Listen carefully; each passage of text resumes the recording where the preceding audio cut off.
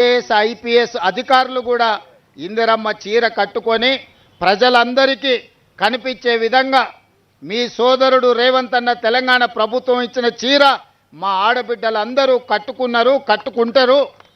వాళ్ళందరూ ఆత్మగౌరవంతో ఈ చీరను కట్టుకున్నారని మనం ఎట్టే తెలంగాణ సారే బ్రాండ్ అంబాసిడర్లుగా మీరే ఉండాలి. ప్రతి ఆడబిడ్డకు కూడా సీతక్క ఈ సారే నజరానాను పంపించాల్సిందిగా పేరు పేరున వాళ్ళందరికీ సీతక్క బాధ్యతగా చేర్చాలి. వాళ్ళకి లేదు, మంత్రుల భార్యలకు అంటారు కానీ పంపిస్తే వీళ్ళు కట్టుకునేటట్టున్నారు.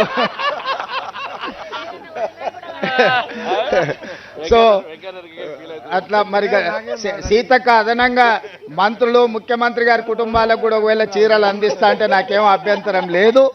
కానీ ముఖ్యంగా మా ఆడపడుచులకు ప్రజాప్రతినిధులందరికీ కూడా మా సీతక్క ఈ చీరను అందించాల్సిందిగా వాళ్ళందరూ కూడా ఈ చీరను కట్టుకొని ఒక వెబ్సైట్ సీతక్క ఒకటి క్రియేట్ చేయి, అందరూ చీర కట్టుకొని నీకు పోస్ట్ చేయాలి.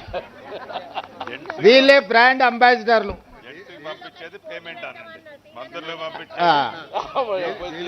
ఇక్కడ ఆర్థిక మంత్రి మన రెవెన్యూ శాఖ మంత్రి గారు సూచన చేసిండ్రు, బాగానే ఉంది. మంత్రులకు ఎమ్మెల్యేలకు పంపించేదానికి వాళ్ళ దగ్గర బిల్లులు వసూలు చేయమని.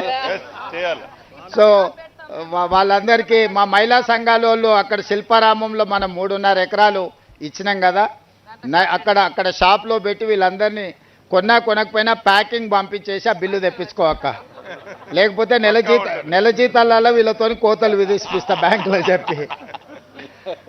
అందుకోసమని ఇది మన ఆత్మగౌరవం. తెలంగాణ ఆడబిడ్డలకు ప్రజాప్రభుత్వం పెడుతున్న సారే ఈ చీర, ఈ ఇందిరమ్మ చీర. ఇందిరమ్మను స్మరించుకుంటే ఎక్కడ లేని 1000 ఏనుగుల శక్తి మనకు వస్తుంది. పక్క దేశాలను ఓడించడమే కాకుండా ఈ దేశ రాష్ట్రపతి ప్రధానమంత్రుల నుంచి మొదలు పెడితే ముఖ్యమంత్రుల వరకు మహిళలకు అధికారంలో భాగస్వామ్యం అందించిన గొప్ప నాయకురాలు.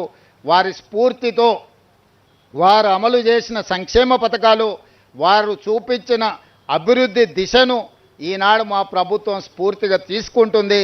శ్రీమతి సోనియా గాంధీ గారి నాయకత్వంలో ఈనాడు మన ప్రభుత్వం నడుస్తుంది. తప్పకుండా ఈ రాష్ట్రంలో మహిళల ఆత్మగౌరవం పెరుగుతుంది. 1 కోటి మంది మహిళల్ని కోటీశ్వరులను చేసే బాధ్యత ప్రభుత్వం తీసుకుంటుంది. 2034 లోపల ప్రతి ఆడబిడ్డను కోటీశ్వరులను చెయ్యాలని ఆ లక్ష్యంతో ముందుకెళ్తున్నాం. మీరందరూ నిండు మనసుతో ఆశీర్వదించి ముందుకు నడిపించవలసిందిగా కోరుకుంటూ మీ అందరి దగ్గర సెలవు తీసుకుంటున్నాం. ధన్యవాదాలు ఆడబిడ్డలారా. ఇందిరా మహిళా శక్తిని దేశవ్యాప్తంగా కాదు ప్రపంచవ్యాప్తంగా